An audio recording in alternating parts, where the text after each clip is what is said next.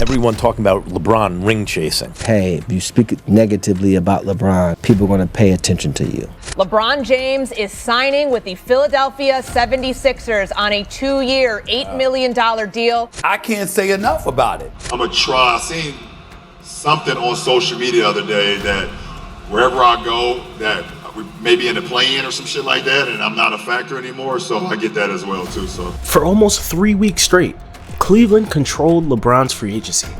At one point, they sat at a 58% chance of signing him. They were the clear runaway favorite. The Cavs front office group meeting with LeBron in Akron in early July. Philly, though, they were sitting at 8.9%, fourth place on the morning of the decision. Hours later, LeBron James was a Philadelphia 76er. And here's the part that's actually surprising. It wasn't the appeal of playing back home. It wasn't the biggest contract on the table either. He actually took the craziest pay cut of all time. Somewhere in those 3 weeks, one conversation about one trade rewired the whole decision in less than 48 hours. Almost nobody outside a very small circle knew that this trade would matter, and I'm about to show you exactly how it did. To understand why Cleveland ever had a shot at LeBron, you have to understand why he was leaving the Lakers in the first place. And the story doesn't start this summer. It starts in February 2025 with a trade LeBron and honestly, the world didn't see coming. The Lakers sent AD, his closest friend on the roster, to Dallas for a 25-year-old named Luka Doncic. He found out with barely any notice. Publicly, he called it an honor to be part of the franchise's future. when I know that it's for the betterment of the team and for ultimately for us to reach our rim, I'm able to adapt to whatever position that needs to be done. And in this case, understanding how great Luka is, how on the rise Austin is, I can do things that affect the game still that benefits our team. Privately, sources told ESPN something shifted that never fully came back. It wasn't personal with Luka. Teammates said that the two got along fine off the floor. The problem was simpler than any beef. They had the same exact job. Two ball-dominant playmakers who needed the rock in their hands to be effective, on the same roster, at the same time. Then came the moment that may seem small, but as human beings, it's like a domino effect. We know small frustrations turn into big issues. On March 31st, 2026, head coach JJ Redick earned its 100th win. Some things to go through here, some milestones reached, both individually and as a team. But LeBron also passed Kareem for most wins, and Ron Pelinka hands out the game ball, not to LeBron, but to JJ. It was a small gesture, but a loud message. LeBron read it exactly the way it looked. It was one more sign that after 8 years, he'd become an afterthought in his own locker room. I mean, there's no decision that gets made for him. Again, I said it a few times to start the season, uncharted territory. We didn't expect him to be able to play. I mean, that's just the nature of a 41-year-old body. JJ Redick said that he finds it really unfortunate that anybody questions you. Yeah. Does that bother you? That resentment has been building on both sides for years. Owner Jeannie Buss have reportedly grown tired of the influence LeBron and his agency held over the roster. Frustrations that trace back to a disastrous 2021 Russell Westbrook trade. I'm a Lakers fan and I had the chance to watch his team live. By 2022, supposedly there was a thought of considering trading him to the Clippers. So by the time free agency actually opened up this summer, there wasn't a negotiation left to have. The Lakers and LeBron's camp never even got on a call. No meeting, no offer, formal or informal. Rich Paul later said that there was no point. LeBron had already made up his mind. LeBron announced he's going to the Sixers, which the reason why I was telling you that all that stuff was false. Right. 8 years together, and it ended in silence. So he was leaving. That part was settled. The only question left was where. And almost everybody got that part wrong too. Nobody had Philly in this. Brian Windhorst, live on air, said it would be a layup to go to Cleveland. And if he picks Cleveland, he won't have to do any explaining. He's having a great time in Akron this summer. I don't remember him being in Akron this long in the summer since after his first year in Miami. After his first year in Miami, they had the lockout, and he came back and lived in Akron for the entire summer and fall. I mean, he took vacations and did stuff, but he was just there nonstop throughout the whole summer and fall. And since he left to go to LA, I think this is the most time he spent in the summer in Akron. Even Shams, the most plugged-in insider in the sport, is still naming 5 teams as live possibilities the day before it happens. You know, whether you're going to a Cleveland, a Miami, Golden State, Minnesota, Philadelphia, all those teams for the most part, that's the ranges of contracts that they have. You're looking at veteran minimum and exceptions, biannual exceptions.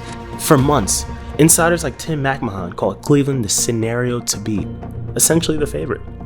So this wasn't some fringe theory, this was the consensus right up until the day before it happened. Which makes it even crazier because not one of them saw the single variable that actually decided the whole thing. To understand why LeBron's decision mattered this much, you have to understand what was already happening around him. Because the East had already blown itself up before LeBron even made that call. On June 22nd, Giannis is traded from Milwaukee to Miami. The Heat land a top 5 player in the league. That single move instantly made Miami a real threat and a real free agency pitch. Why not play with Giannis, someone who is a championship caliber player? Then on July 1st, Jaylen Brown goes from Boston to Philly in a deal for Paul George. Remember, this is the guy who once called Joel Embiid a flopper on live stream. Now that's his teammate. This is just my personal opinion on basketball. Some of y'all might disagree. You know what I mean? But argue with your grandma. Flopping has ruined our game. Joel Embiid is a great player, one of the best bigs in basketball history. Flops. He know it. This ain't breaking news. Suddenly, Philly just isn't Embiid and Maxey anymore. They've got size, two-way scoring, and a championship caliber player. That Joel Embiid's legacy will forever be losing in Philadelphia. Yeah, and that's why I say it's LeBron. LeBron has more to lose because if you think about it, Embiid only has something to gain. There's nothing to lose. When you think about Joel Embiid, what do you think about? The process. Trust the process. And speaking of Embiid, this dates way back, not this summer, but 12 years earlier. Back in 2014, a young, unproven Joel Embiid, who hadn't even played an NBA game yet, tweeted directly at LeBron. "Hey bro, hope you're having a good day. Want to join us in Philly? Peace." But LeBron picked Cleveland instead, 4 years later, when LeBron chose the Lakers over everyone. Embiid clapped back on Twitter, "The Lakers are forever going to be Kobe's and Magic's team." Process that. 12 years, 1 rejection, 1 shot fired, and now the guy Embiid tried to recruit as a rookie just became his teammate. Meanwhile, up in Minnesota, LaMelo Ball lands with the Wolves, pairing him up with Anthony Edwards. 3 different super teams are forming in real life, all before free agency even opened. And in the middle of it, LeBron James tells the Lakers on June 30th he's not staying. LeBron James, in terms of, leaving the Lakers, he probably felt like it was mission accomplished, that he has nothing else to prove in a Lakers uniform. He's never was going to be looked upon as the greatest Laker. He wasn't going to send Kobe and Magic and Kareem Abdul-Jabbar. Now the odds start moving. And this is where you can actually watch the story unfold in real numbers. July 2nd, Cleveland's out front at 44%. Golden State 2nd, Miami 3rd. Philly, just 7%. July 13th, Cleveland climbs even higher, tracked as high as 58% on some books. Golden State and Miami are fighting for a distant second. Philly's still stuck at 9%. But why Cleveland? We all seen how it made sense. This is where LeBron started, where he became LeBron. A homecoming story that writes itself. But him going to Philly playing with them young Thundercats over there, I think he'll be just what the doctor ordered. You know what I mean? I think he'll be able to facilitate some things. He'll keep them young boys under control. What, him going to Cleveland? They would trade what? A first-round pick, Jared Allen, and somebody else for Anthony Davis to come to Cleveland. If they do that, then they mean they got the okay that Bron coming home. On July 17th, the race tightens into basically a coin flip between Cleveland and Golden State. Philly goes up, but only at 13%, still 4th. By July 22nd, Miami surges past Cleveland into the favorite spot. And on the actual morning of the decision, July 24th, 11 a.m. Eastern, Miami sits around 45%. Cleveland 2nd, Philly is still in 4th place at 8.9%. Over $226 million had been traded on a single market alone. Nobody, not the bettors, not the insiders, had Philly as the pick. Right up until it happened. While the public odds had Philly buried at 4th place, something else was happening behind the scenes. LeBron's agent, Clutch Sports CEO Rich Paul, was running his own podcast throughout the entire process. On July 10th, he revealed something wild. 27 different teams had reached out to LeBron. By the time it mattered, it was down to 5 real finalists. The Sixers, the Cavs, the Heat, the Warriors, and the Timberwolves. Teams were literally showing up to pitch themselves. Bob Myers went on Rich Paul's podcast in person to make Philly's case directly. If you're talking about the Sixers, if he was here, I'd say I honestly believe this is your best chance to win. You have to decide all the other things that are equally important because it's his life, right? He has to play. He has to face the scrutiny of his decision. Half people will say you should have done this or should have done that. They'll criticize him for whatever, which is his life. So he's been through all that. What I would just say is, if it's about winning, let's talk about this team because you can win here in Philadelphia. But out of every general manager, every executive, every star player blowing up LeBron's phone that summer, only one head coach in the entire league reached out to him directly.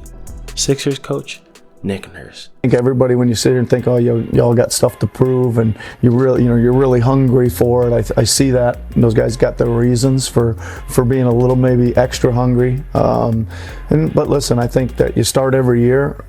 I do as a coach. The goal is to try to win it all, right? And that'll be the same this year.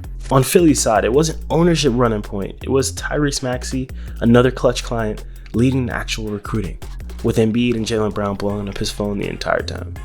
But Philly still wasn't in the pitch meeting. Not yet, at least.